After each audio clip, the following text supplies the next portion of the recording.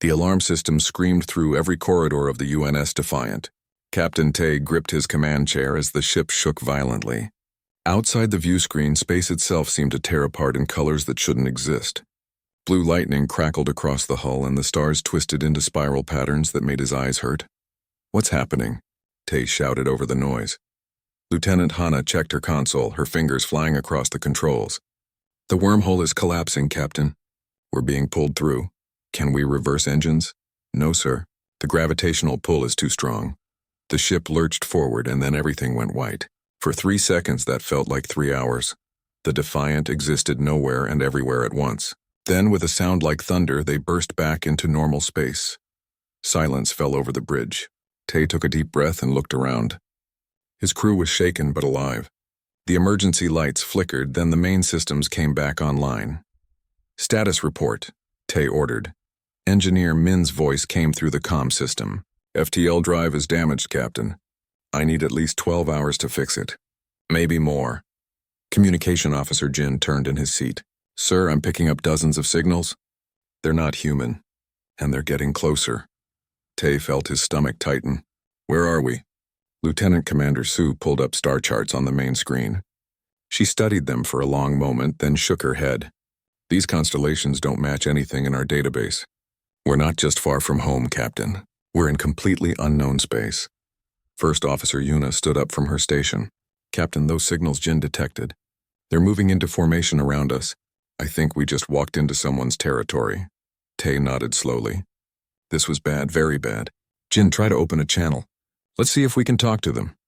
Jin worked his controls, sending out standard first contact protocols in every language and frequency humans knew. After a minute, his console beeped. "I've got a response, sir. Putting it through now." The view screen changed to show an alien face.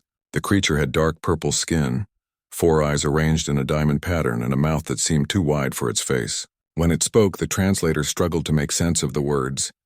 "Unknown vessel, you have violated Imperial space. This is the territory of the Valdris Empire. Power down your weapons and prepare to be boarded.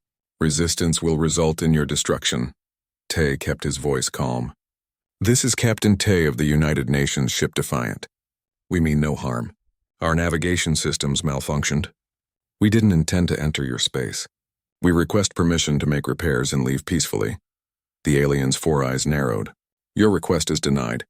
You will surrender immediately or be fired upon. You have 1 minute to comply." The channel closed. Tay looked at his crew. They looked back at him, waiting for orders. He had 1 minute to decide if they would surrender to an unknown alien empire, or if they would fight their way out. "Tactical Officer Bin," Tay said quietly. "How many ships are out there?" Bin checked his sensors. 37 contacts, sir. 3 large vessels approaching fast. They look like cruisers based on their energy signatures. "Can we outrun them?" "Not with our FTL drive damaged, sir." Yuna moved closer to Tay's chair. "We could try to negotiate more." "Buy time for Min to make repairs." Tay shook his head. "They're not interested in talking. They see us as intruders. And if we surrender, we have no idea what they'll do to us or our ship." Hana spoke up from Tactical. "Sir, those 3 cruisers will be in weapons range in 30 seconds. I'm detecting what looks like missile tubes opening." The bridge fell silent. Everyone knew what this meant. If those ships fired, the Defiant would have to defend itself. First contact with an alien species, and it was about to turn into a battle. Tay made his decision. He'd been in the military for 20 years. He'd commanded ships through asteroid fields and pirate raids. He knew when to retreat and when to stand firm. Right now, retreat wasn't possible, and surrender might mean death for his entire crew. "Battle stations," he ordered. "Shields to maximum. Charge all weapons. Area, activate combat protocols." The ship's artificial intelligence responded immediately. "Combat protocols active, Captain. I have targeting solutions on all 3 approaching vessels." The crew moved with practiced efficiency. Hana brought up the weapon systems. Bin armed the point defense grid. Jin opened all sensor channels to track enemy movements. Yuna coordinated damage control teams throughout the ship. The 3 Valdris cruisers closed in, forming a triangle around the Defiant. They were bigger than the human ship, their hulls covered in strange symbols and weapons arrays. To them, this must have seemed like a simple job. 1 small ship against 3 of their best cruisers. They had no idea what they were about to face. The lead cruiser fired first. 6 missiles streaked toward the Defiant, leaving trails of blue flame. Tay watched them come, his hands steady on his chair's armrests. "Point defense, engage," Hana said calmly. The Defiant's automated guns opened fire. Streams of high-speed rounds filled space, intercepting every missile before they got within a kilometer of the hull. The missiles exploded in flowers of fire and shrapnel. On the view screen, Tay could see the confusion on the enemy bridge. They weren't expecting that level of defensive capability. "Return fire," Tay ordered. "Railguns only. Let's see what their shields can handle." The Defiant's main railgun charged with a deep humming sound that vibrated through the deck. Then it fired. A tungsten rod accelerated to 30% the speed of light, crossed the distance between the ships in less than a second. It hit the lead cruiser's shields and passed right through them like they weren't there. The rod punched through the alien ship's hull, tore through its interior, and came out the other side. Secondary explosions rippled along the cruiser's length as its power systems overloaded. The ship broke apart in seconds. The other 2 cruisers hesitated, clearly shocked. They'd just watched their companion die in a single hit. Tay could imagine the panic on their bridges. "They're retreating," Ben reported. "Don't let them," Tay said. His voice was hard now. "If they report back that we're an easy target, more will come. We need to make sure they understand what they're dealing with." Fire at will. The Defiant pursued the fleeing cruisers, its missiles launched in waves, each one guided by Arya's perfect calculations. Its railguns fired again and again, each shot finding its mark. The alien ships tried to fight back, but their weapons couldn't penetrate the Defiant's shields. Their targeting systems couldn't keep up with the human ship's movements. In less than 5 minutes, all 3 cruisers were gone. Debris floated in space where they had been. Tay sat back in his chair. His crew looked at him with a mixture of pride and worry. They'd won, but this was just the beginning. Somewhere out there, the Valdris Empire was watching, and they would not be happy about losing 3 ships to an unknown intruder. "Jin, any more contacts?" Tay asked. "Nothing close, sir, but I'm picking up a lot of chatter on alien frequencies. I think word is spreading fast." Tay nodded. "Min, how long for those repairs now?" "Still need at least 10 hours, Captain." 10 hours. They had 10 hours before they could leave this place. And Tay had a feeling the Empire wouldn't wait that long to send more ships. "Much bigger ships. All hands, this is the captain," Tay announced over the ship-wide comm. "We've made first contact with an alien empire and it didn't go well. They'll send more forces soon. I need everyone at their stations, ready for anything. We're going to get through this. We're going to get home. But first we're going to show these aliens exactly what humans can do." Tay out. He looked at the stars on the view screen. Somewhere out there was Earth and everyone he cared about. Between here and there was an empire that wanted them dead. The Defiant hung in space, alone and surrounded by enemies. But Captain Tay smiled. Let them come. They were about to learn that one human battleship was more than enough to shake an entire empire. Admiral Krev sat on the bridge of his flagship, the Hammer of Justice, and watched the reports come in. 3 cruisers destroyed.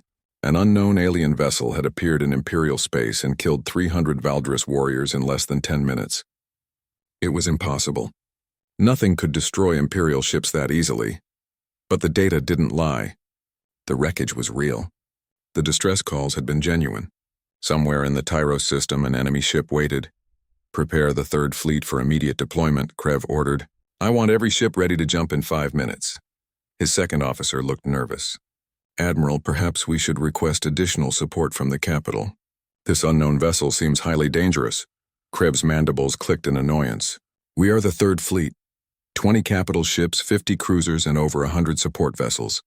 We have enough firepower to crack a planet. One alien ship, no matter how advanced, cannot stand against us." The fleet jumped to hyperspace, heading for the Tyros system. Krev studied everything they knew about the intruder. The ship was small compared to Imperial vessels, maybe 200 meters long. Its weapons seemed to be kinetic-based, firing solid projectiles at incredible speeds. Its shields were strong, maybe even stronger than standard Imperial shields. But it was alone. And in war, numbers mattered more than anything else. Back in the Tyros system, Captain Tay gathered his senior officers in the conference room. The holographic display showed their tactical situation, and it wasn't good. Engineer Min had managed to repair some systems, but the FTL drive still needed hours of work. "They're coming," Lieutenant Hana said, pointing to the long-range sensors. I'm reading a massive fleet jumping into the system. At least 200 ships. The room went quiet. 200 ships. Even with the Defiant's advanced weapons, those were impossible odds. Medical Officer Hay spoke first. Captain, maybe we should try to surrender again. Explain that this was a mistake. They might listen if we show we're not a threat.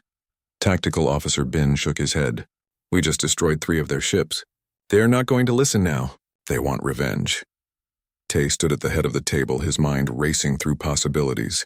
Every option seemed to lead to the same conclusion. They were going to die here, far from home, fighting an empire they'd never heard of until a few hours ago. Then Lieutenant Commander Sue spoke up. What if we don't run? What if we fight? Everyone turned to look at her. Una laughed nervously. Fight? Against 200 ships? That's suicide. Sue pulled up a star chart. Maybe, but think about this. If we run and they chase us, they might follow us back to human space. They'd find Earth, find all our colonies. We'd be leading an entire alien empire right to humanity's doorstep. The room went cold. She was right. If the Valdris found Earth, humanity wouldn't have time to prepare. The Empire had thousands of ships, maybe more.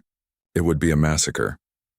But if we fight, Sue continued, if we make them believe we're stronger than we really are, they might decide attacking us isn't worth the cost. Jin nodded slowly. She's right. We could send them a message. Make them think the Defiant is just one ship among thousands. Make them think humanity has fleets of ships just as powerful as us. Hana leaned forward. It's a bluff. They'd have to believe that one species could be that advanced. Why wouldn't they? Tay said quietly. Everyone looked at him. We just destroyed 3 of their cruisers in minutes. From their perspective, our technology is beyond anything they've seen. Why wouldn't they believe we have more ships just like this one? Una stood up. Captain, if we're going to do this, we need to be absolutely certain. This isn't just our lives at risk. This is first contact. This could define humanity's relationship with aliens for centuries. Tai knew she was right. This decision would echo through history. But what choice did they have? Run and endanger Earth? Surrender and hope for mercy? Or fight and make humanity seem like a power no one should challenge? We fight, Tay said. We show them exactly what one human ship can do. And we make them too scared to ever come looking for more of us. The Third Fleet emerged from hyperspace in perfect formation.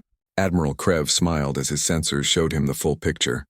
The human ship sat near an asteroid field all alone. It looked small and fragile compared to his massive fleet. Open a channel, Krev ordered. On the Defiance bridge, Jin put the transmission through.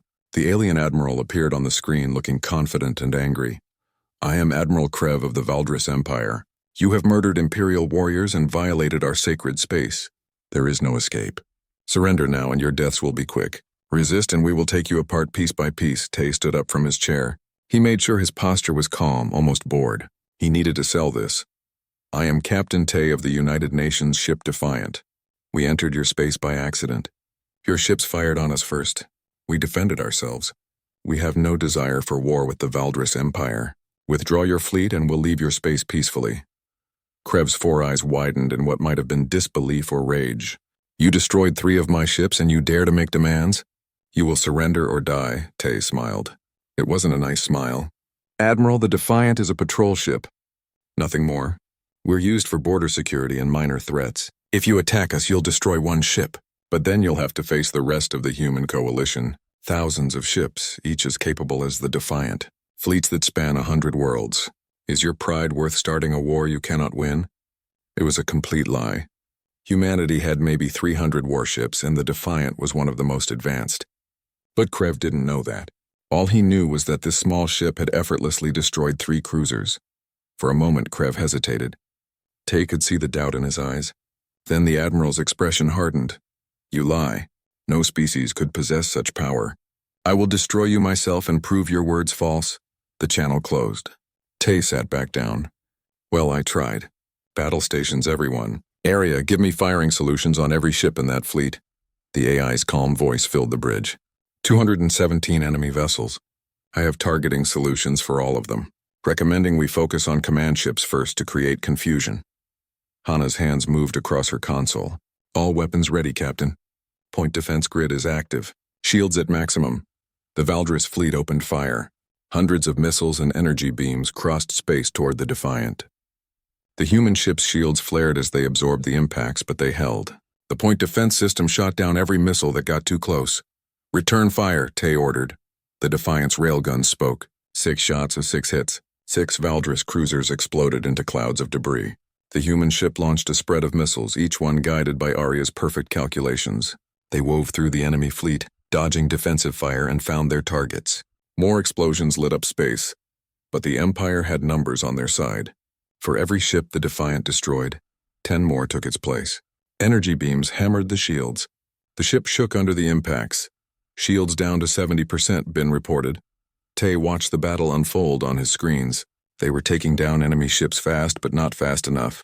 The Empire could afford losses. The Defiant couldn't. Then Arya spoke up. "Captain, I have detected a vulnerability in the enemy fleet's formation. If we deploy combat drones, I can create a cascading failure in their point defense network." "Do it," Tay said. Hatches opened along the Defiant's hull. 50 small drones launched into space, each one barely bigger than a person. They moved incredibly fast, darting between enemy ships, firing small weapons that targeted sensors and communications arrays. The Valdris fleet began to lose coordination. Ships fired on each other by accident. Formation collapsed into chaos. Admiral Krev screamed orders from his flagship, but his fleet couldn't hear him. Arya had hacked into their communications and was feeding them false information. The Defiant pressed the advantage. It moved through the confused fleet like a shark through small fish. Its weapons never missed. Its shields held against everything the Empire threw at it. Ship after ship died in fire and violence. Admiral Krev watched his fleet die around him. In 30 minutes, he had lost over half his ships. The human vessel moved through his forces like nothing he'd ever seen. Its weapons tore through shields. Its defenses stopped everything. And worst of all, it seemed to know what his ships would do before they did it. This wasn't a battle. It was a massacre. "All ships retreat," Krev ordered. "Fall back to the edge of the system. We need reinforcements." The surviving Valdris ships turned and ran. The Defiant didn't pursue. It hung in space, surrounded by the wreckage of over 100 Imperial vessels, its shields glowing but holding. On the bridge, Tay's crew erupted in cheers. They'd done it. They'd faced an entire fleet and won. But Tay didn't celebrate. He knew this was just the beginning. The Empire wouldn't give up. They'd send more ships. Bigger ships, and sooner or later humanity's bluff would be called. Emperor Tharn sat on his throne in the heart of the Imperial capital. Around him stood the High Council, 20 of the most powerful beings in the Valdris Empire. They were arguing, their voices echoing through the great chamber. "We must send the entire armada," General Vex insisted. "This human ship has destroyed over 100 vessels. It's a threat to the Empire itself." Council member Resh disagreed. "No, we need more information first. What if this is a trap? What if the humans want us to send our full military force into their space?" The argument continued. Some wanted immediate war. Others urged caution. Emperor Tharn listened to them all, but his mind was elsewhere. He kept watching the video of the battle. One single ship had defeated the Third Fleet. How was that possible? A young intelligence officer named Dara stood near the back of the chamber. She was nervous, but she had been studying the human vessel for hours. Finally, she raised her hand. "Your Majesty, may I speak?"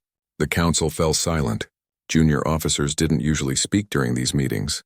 But Tharn nodded. "What is your name, officer?" "Dara, Your Majesty." "Intelligence Division. I've been analyzing the battle data." "And what have you learned?" Dara took a deep breath. "The human ship didn't just win through superior weapons. It won through superior tactics, coordination, and technology we don't understand. Their artificial intelligence predicted our fleet movements. Their computers hacked our communications. Their weapons ignore our shields. Your Majesty, I have a terrible thought." "Speak it," Tharn ordered. "What if this ship isn't special? What if the human captain was telling the truth? What if this really is just a patrol vessel, and the humans have hundreds more just like it? Or thousands? What if we've accidentally started a war with a species far more advanced than us?" The council chamber erupted in angry shouts. How dare this junior officer suggest the Empire was inferior to anyone? General Vex moved toward Dara, but Emperor Tharn raised his hand. Silence. The room went quiet instantly. Tharn looked at Dara with his 4 eyes. "You think we should be afraid of these humans?" "I think we should be careful, Your Majesty." "Very careful." Tharn nodded slowly. "Dismissed. All of you. I need to think." The council filed out, leaving the Emperor alone with his thoughts. He pulled up more data on the battle. The human ship moved like nothing he'd seen before. Its weapons fired with perfect accuracy. Its defenses never failed. If humanity had even 10 ships like this, they could threaten the Empire. If they had 100, they could win a war. But what if they had more than that? Meanwhile, aboard the Defiant, Engineer Min finally emerged from the engine room covered in grease and looking exhausted. "Captain, the FTL drive is fixed. We can leave whenever you're ready." Tay stood on the bridge looking at the stars. He could give the order right now. They could jump away, go home, leave this mess behind. But something stopped him. "Jin, can you hack into the Empire's communication network again?" Jin looked surprised. "Yes, sir. Arya can do it easily. Why?" "Because we're going to send them a message. One they can't ignore." Lieutenant Hana turned in her seat. "Captain, what are you thinking?" Tay smiled. "We're going to broadcast directly to the Imperial capital. We're going to offer them peace. And we're going to make absolutely sure they understand the alternative." Jin worked with Arya for 20 minutes. Then he looked up. "We're ready, Captain. This will go out on every frequency the Empire uses. Everyone will see it." "Good. Start recording." Tay stood in front of the camera. He made sure he looked confident and calm. Behind him, the bridge showed damage from the battle, but it was still functional. He wanted them to see that their fleet had barely scratched the Defiant. "People of the Valdris Empire, I am Captain Tay of the United Nations ship Defiant. Your military attacked us without provocation when we accidentally entered your space. We defended ourselves. Over 100 of your ships were destroyed. I am sorry for those deaths, but they were not our fault. We came in peace. Your leaders chose war." He paused, letting his words sink in. "I am now offering peace again. The Defiant will leave your space. We will return to our territory. If your empire does not pursue us, this incident ends here. No more death. No more destruction." Tay's expression hardened. "But if you attack us again, if you send more fleets against us, you will learn why humanity survived in a hostile galaxy. The Defiant is not our most powerful ship. It's a patrol vessel used for routine security. Behind us are the full fleets of the human coalition. Thousands of warships. Millions of soldiers. Technologies you cannot imagine. We have cracked planets. We have destroyed stars. We have survived wars that would have ended your civilization." Another pause. This was the key part. The part that had to sound absolutely convincing. "You have a choice, Valdris Empire. Accept peace with humanity and live, or choose war and watch your empire burn. You have 48 hours to decide." The transmission ended. Jin broadcasted across the entire Imperial network. Within minutes, every Valdris citizen, every soldier, every government official would see it. The Empire couldn't hide it or ignore it. Yuna looked worried. "Captain, we just threatened an entire empire. What if they don't believe us?" "Then we run," Tay said simply. "And we hope we can get home before they figure out the truth." The message reached the Imperial capital quickly. Emperor Tharn watched it 3 times. The human captain looked confident. His ship looked powerful. And his words carried weight. But were they true? That was the question that kept Tharn awake. He called Dara back to the throne room. "Officer Dara, I want you to analyze this message. Use every tool we have. Is this human telling the truth?" Dara studied the video for hours. She examined every frame, every word, every gesture. Finally, she returned to the Emperor. "Your Majesty, I cannot be certain, but I believe he's telling the truth about some things. His ship is clearly advanced. His weapons are real. His technology is superior to ours. Whether humanity has thousands of these ships, I cannot prove it either way." "Your best guess," Tharn ordered. Dara hesitated. "I think they have more ships, Your Majesty. Maybe not thousands, but enough to be a serious threat. If we go to war with humanity, we might win, but the cost would be enormous. We could lose half our fleet, maybe more." Tharn nodded. That was what he feared. The Empire had enemies on many borders. If they lost too many ships fighting the humans, other species might rebel. The Empire could collapse from within. "What do you recommend?" Tharn asked. "Peace, Your Majesty." "Accept their offer. Establish diplomatic relations. Learn more about them before we make any decisions about war." It went against everything the Empire stood for. They didn't negotiate with intruders. They didn't show weakness. But Tharn had ruled for 40 years. He'd seen empires rise and fall, and he knew when to fight and when to step back. "Send a message to the human ship," Tharn ordered. "Tell them the Empire accepts their offer of peace. We will not pursue them, but we want to establish formal diplomatic relations. We want to meet with their leaders. Aboard the Defiant, Jin suddenly sat up straight. Captain, we are receiving a transmission from the Imperial capital. It's the Emperor himself. The crew held their breath as the message played. When it ended, they erupted in celebration. They'd done it. They'd convinced an entire empire to back down. But Tay wasn't celebrating yet. He knew this was temporary. Eventually, the Empire would learn the truth about humanity's real strength. The question was whether humanity would be ready by then. Set course for home, Tay ordered. Maximum speed. And send a message ahead. Tell Earth Command everything that happened here. Tell them we need to build more ships. A lot more ships, because sooner or later, the Valdris Empire is going to realize we bluffed them, and when they do, we need to be ready for a real war. The Defiant turned away from Imperial space and jumped to FTL, leaving behind a confused empire and the wreckage of 100 ships. Captain Tay looked back one last time at the alien stars. They'd survived. They'd won. But he had a feeling this was just the beginning of humanity's relationship with the Valdris Empire.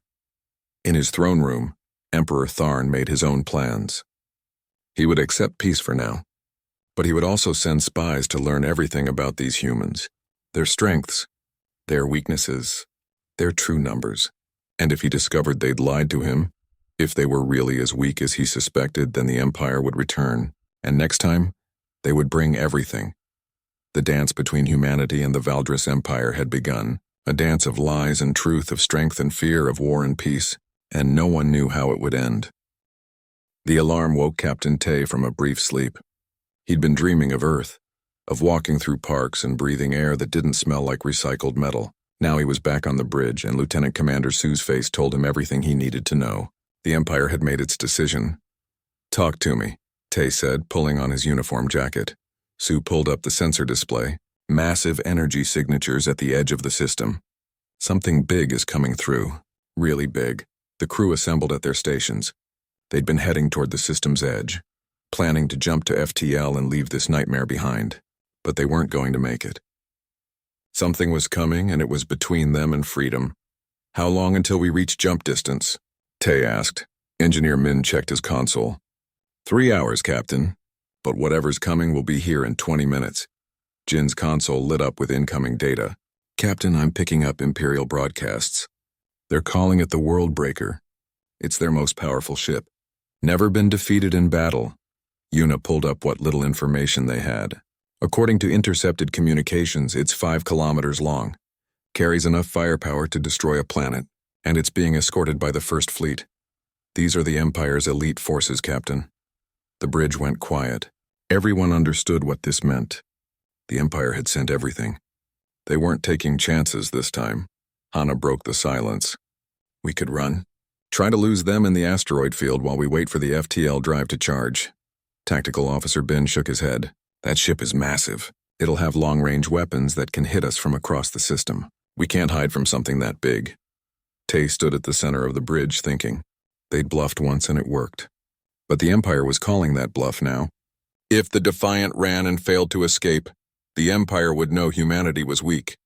They'd pursue, find Earth, and humanity would face an invasion they couldn't stop. "We fight," Tay said quietly. Yuna turned to look at him. "Captain, we can't win this. That ship outmasses us 50-1. Even if we destroy it, the First Fleet will finish us off." "I know," Tay said. "But if we run, we lose everything. The Empire will know we lied. They'll come for Earth. But if we fight, if we damage that ship enough, if we make them hurt badly enough, they'll think twice about following us. They'll wonder what humanity's full fleet could do. We have to sell the bluff one more time." Medical Officer Hay spoke up from her station. "If we're doing this, I need to prepare. We're going to take heavy damage. There will be casualties. Do what you need to do," Tay said. Then he addressed the whole crew over the ship's communication system. "All hands, this is the captain. In 20 minutes, we're going to face the biggest ship the Valdris Empire has. We're outnumbered and outgunned. Most tactical computers would say we have no chance of winning." He paused. "But we're human. We don't listen to computers that say we can't win. We've survived ice ages and plagues. We've walked on alien worlds. We've built cities in space. And today we're going to show an empire that thought itself invincible what it means to face humanity. Battle stations. Let's make this count." The Worldbreaker emerged from hyperspace like a mountain appearing in the sky. It was massive, covered in weapons, surrounded by 100 escort ships. At its bridge stood Commander Growl, handpicked by the Emperor himself for this mission. Target acquired, his weapons officer reported. The human vessel is holding position. They're not running. Growl studied the small ship on his screen. It was tiny compared to the Worldbreaker. This would be over quickly. Open fire. All weapons. I want that ship reduced to atoms. The Worldbreaker's main weapon charged. It was a plasma lance that could crack continents. When it fired, space itself seemed to burn. The beam crossed the distance between the ships in seconds, bright enough to blind unprotected eyes. But the Defiant wasn't there anymore. It had moved at the last possible second, its engines pushing it through maneuvers that should have torn the ship apart. The plasma beam missed by meters, close enough that the shields flared white-hot. Return fire, Tay ordered calmly. Every weapon the Defiant had fired at once. Railguns, missiles, lasers, everything. The barrage slammed into the Worldbreaker's shields, creating explosions that lit up the entire system. But the massive ship's shields held. It was too big, too strong. Growl laughed. Is that all? Fire again. All ships converge on the target. I want it destroyed. The First Fleet moved in, over 100 ships surrounding the Defiant. They fired together, a wall of weapons that no ship should survive. The Defiant's shield strained under the assault. Red warning lights flashed across every console. Shields down to 40%, Ben reported. Hull breaches on decks 7 and 12. Casualties reported. Tay watched his ship die around him, but he wasn't done yet. Arya, I need options. How do we hurt that big ship? The AI's voice was calm despite the chaos. The Worldbreaker's shields are too strong for conventional weapons. However, I detect a weakness. Its power core generates enormous heat. If we can overload their cooling systems, the ship will have to divert power from shields to prevent a meltdown. How do we do that? Hana asked. We need to hit their cooling vents with precise strikes. I'm marking targets now, but we'll need to get very close. Within point-blank range, Yuna looked at the tactical display. Captain, getting that close to the Worldbreaker means flying through the entire First Fleet. We'll take massive damage. Do it anyway, Tay said. Full speed toward that ship. Arya, deploy all combat drones. I want them clearing a path. Ben, focus all point defense on incoming fire. Hana, the second we're in range, hit those cooling vents with everything we have. The Defiant accelerated toward the Worldbreaker, weaving through enemy fire. Explosions burst all around it. The shields flickered and failed in sections, and hull armor began to burn away. But the ship kept coming. The combat drones launched and spread out, attacking escort ships, creating chaos in the Imperial formation. Enemy vessels collided with each other, trying to avoid the fast-moving drones. The First Fleet's perfect formation broke apart. On the Worldbreaker's bridge, Commander Growl watched in disbelief as the tiny human ship charged straight at him. What are they doing? They're committing suicide. But the Defiant wasn't committing suicide. It was fighting like a cornered animal, desperate and dangerous. It reached point-blank range and unleashed everything at the marked targets. Railgun rounds punched through armor and struck cooling vents. Missiles detonated inside critical systems. The Worldbreaker shuddered. Alarms screamed across its bridge. Temperature rising in the main core, an officer shouted. We're overheating! Growl made a fast decision. Divert shield power to cooling systems. Now, it was exactly what Tay had hoped for. The moment the Worldbreaker's shields weakened, the Defiant's weapons found their mark. Explosions rippled across the massive ship's hull. Secondary systems failed. Entire sections went dark. But the victory came at a cost. Without its shields at full strength, the Defiant was vulnerable. Energy beams from the First Fleet struck the human ship directly. Metal screamed as it tore apart. The bridge shook violently. Multiple hull breaches, Min reported, his voice strained. Life support failing on 12 decks. We're losing power. Tay held onto his chair as another explosion rocked the ship. They'd hurt the Worldbreaker, but they were dying. They needed something more. Something impossible. Lieutenant Commander Sue suddenly spoke up. Captain, the star. It's unstable. Everyone turned to look at her. She pulled up data on the system's star. It's a young star prone to solar flares. If we could trigger a coronal mass ejection, we could aim it at the Imperial fleet. How? Yuna asked. Quantum torpedoes fired directly into the photosphere. The right frequency at the right spot could destabilize the magnetic fields. It would cause an eruption. Hana checked her weapons inventory. We have 6 quantum torpedoes left. Is that enough? It'll have to be, Sue said. But Captain, this is dangerous. The solar flare could hit us too. We'd have seconds to jump to FTL. Tay looked around his bridge. His crew was battered, bleeding, exhausted. His ship was falling apart. But they'd come this far. Do it. Min, I need that FTL drive ready the second those torpedoes fire. It's ready now, Captain. We can jump any time. Then let's end this. The Defiant turned toward the star, ignoring the Imperial fleet behind it. 6 quantum torpedoes launched, their trajectories calculated perfectly by Aurea. They disappeared into the star's burning surface. For 3 seconds, nothing happened. Commander Graal saw the human ship turning away and assumed they were finally retreating. All ships pursue. Don't let them escape. Then the star erupted. A massive wave of superheated plasma burst from its surface, moving at incredible speed. It was a wall of fire millions of kilometers wide, and it was heading straight for the Imperial fleet. Emergency jump, Graal screamed. But it was too late. The worldbreaker was too big, too slow. The solar flare hit it first, and the massive ship simply ceased to exist, vaporized in seconds. The first fleet tried to scatter, but most couldn't escape in time. Ships by the dozen burned in the stellar fire. The Defiant jumped to FTL a heartbeat before the flames reached it. Space twisted, reality bent, and the human ship vanished, leaving behind a system full of fire and death. 3 weeks later, the UNS Defiant limped into Earth orbit. The ship looked like it had been through a war because it had. Hull plates were missing, exposing damaged sections to space. Scorch marks covered every surface. But the engine still worked, and that was enough. Captain Tay stood on the bridge one last time as the crew disembarked. Ships from Earth's defense fleet surrounded them, and shuttles were already bringing repair crews and medical teams. He watched his people leave, some on stretchers, others walking with help. 23 had died out there. 23 people who'd never see home again. Captain Tay? A voice came from the docking port. It was an admiral from Earth Command with stars on his uniform and a serious expression. Come with me.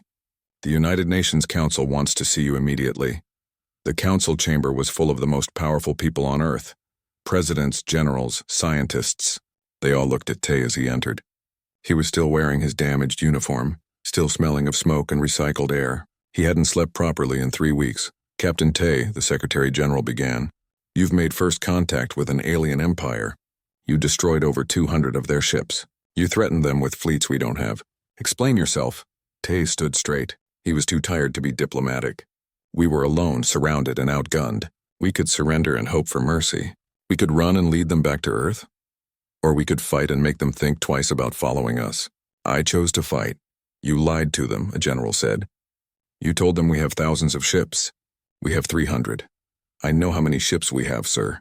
But the Valdris didn't know that. And now they're scared. They think humanity is a major power. They won't attack us while they believe that. A scientist leaned forward. But eventually they'll learn the truth. What then? Tay looked at each of them. Then we better have more ships by the time they figure it out.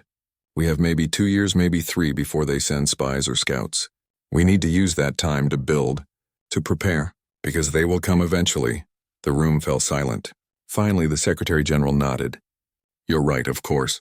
We've already begun expanding our shipyards. Captain, you and your crew will be decorated as heroes. But this isn't over. Not by a long shot. In the Valdris capital, Emperor Tharn sat in a much smaller room with only his most trusted advisors. The loss of the Worldbreaker and the First Fleet had shocked the entire empire. Over 50,000 warriors dead. Their most powerful ship destroyed. The human captain said they were just a patrol vessel, Tharn said quietly. If that's true, what could their real warships do? Intelligence Officer Dara had been promoted after her predictions proved correct. She stood before the Emperor with new reports. Your Majesty, we've lost all our ships in that region. We have no way to track where the human vessel went.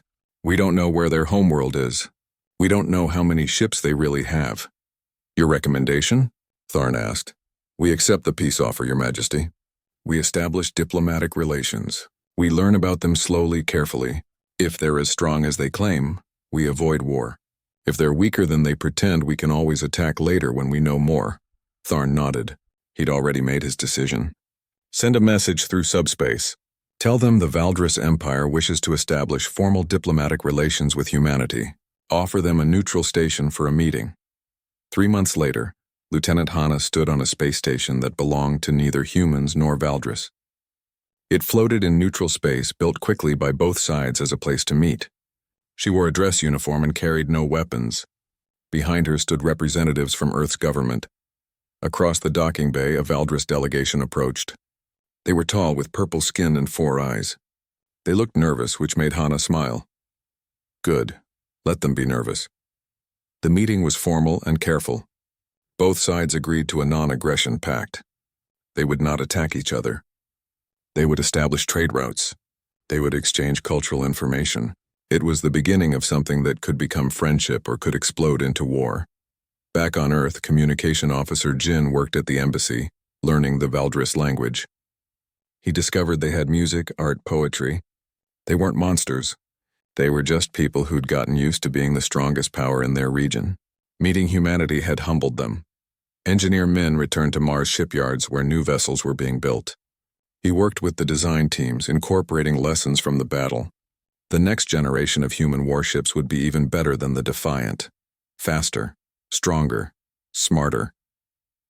Medical Officer Hay wrote new training manuals for treating injuries from alien weapons. She gave lectures at military hospitals, sharing what she'd learned during those terrible hours treating wounded crew members. Her work would save lives in future conflicts.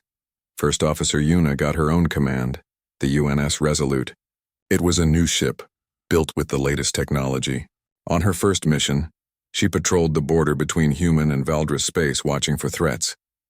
She thought often of her time on the Defiant and wondered if she'd ever face something like that again. Tactical Officer Bin joined the Fleet Academy as an instructor. He taught young officers how to think creatively in battle, how to use limited resources against superior forces. His lectures were always full because everyone wanted to hear stories from the man who'd helped defeat an empire. Lieutenant Commander Su led a science team exploring the border regions. They found 3 new planets suitable for colonies. They discovered a species of space-dwelling creatures that communicated through light.